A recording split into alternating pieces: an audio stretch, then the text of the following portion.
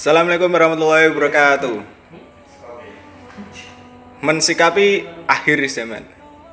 Problem kita sekarang ini adalah orang bodoh dan orang pintar. Itu mudah diombang-ambingkan oleh orang di sekelilingnya. Makanya dalam agama Islam ini ada perintah.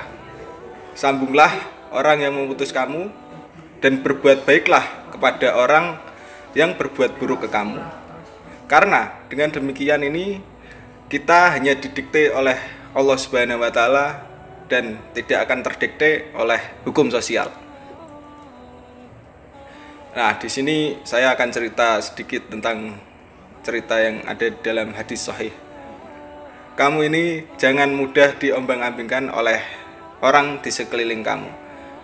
Yaitu kamu mengatakan bahwa orang baik ke kita, maka kita akan baik ke dia. Sedangkan ketika orang lain buruk ke kita membalas buruk ke mereka. Nah, itu namanya Anda semua ini didikte oleh orang tersebut.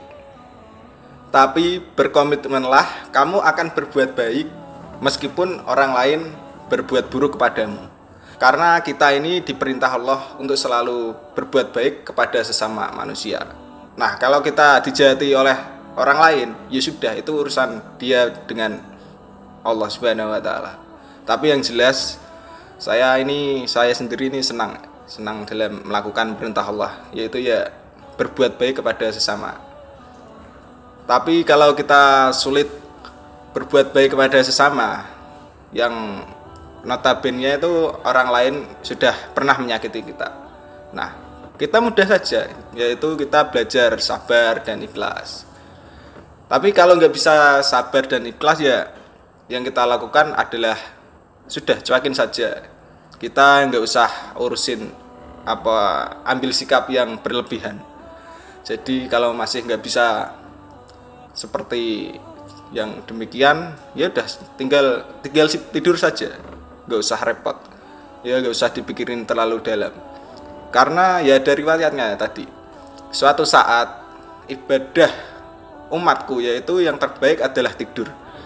Maksudnya tidur itu tidak mengambil sikap, ya masyhur itu. Karena nanti di akhir zaman itu banyak fitnah. Kata Rasulullah, yang tidur itu lebih baik ketimbang yang berdiri. Yang berdiri lebih baik ketimbang yang berlari. Yang berlari lebih baik daripada yang jalan. Karena fitnah itu adalah siapa yang terlibat maka akan semakin parah. Sehingga ulama itu nanti berpikir, nanti di akhir zaman kalau ada fitnah itu sebaiknya orang mengambil sikap yang secuek-cueknya. Jadi semua suratul hadis itu sepakat makna hadis ini adalah orang disuruh bersikap secuek-cueknya. Nah, contoh kecilnya adalah misal kamu milih fanatik presiden A dan yang satu milih presiden B. Terus si A bilang, wah kalau si A nggak jadi presiden, ini negara ini akan rusak. Tapi pertanyaannya secara tauhid, bagaimana mungkin Anda menggantungkan kesejahteraan semua makhluk kepada seorang manusia? Bagaimana mungkin makhluk yang sedang soleh kamu pastikan akan selalu soleh? Kan dia makhluk ya, bisa berubah-ubah. Ya nggak tahu nasibnya nanti seseorang itu akhir hayatnya gimana. Dan si B misalnya orang yang fasik ya, jika dia berkata, jika si B ini menjadi presiden maka negara ini akan rusak.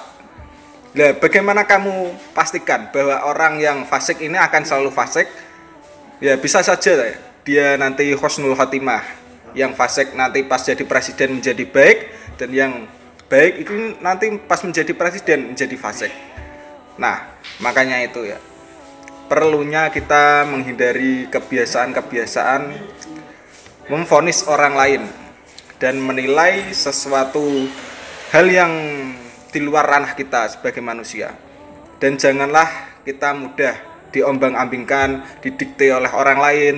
Ya, intinya kita harus tetap berbuat baik walaupun orang lain jahat ke kita ya. Mari kita berusaha untuk menjadi hamba yang lebih baik daripada yang sebelumnya.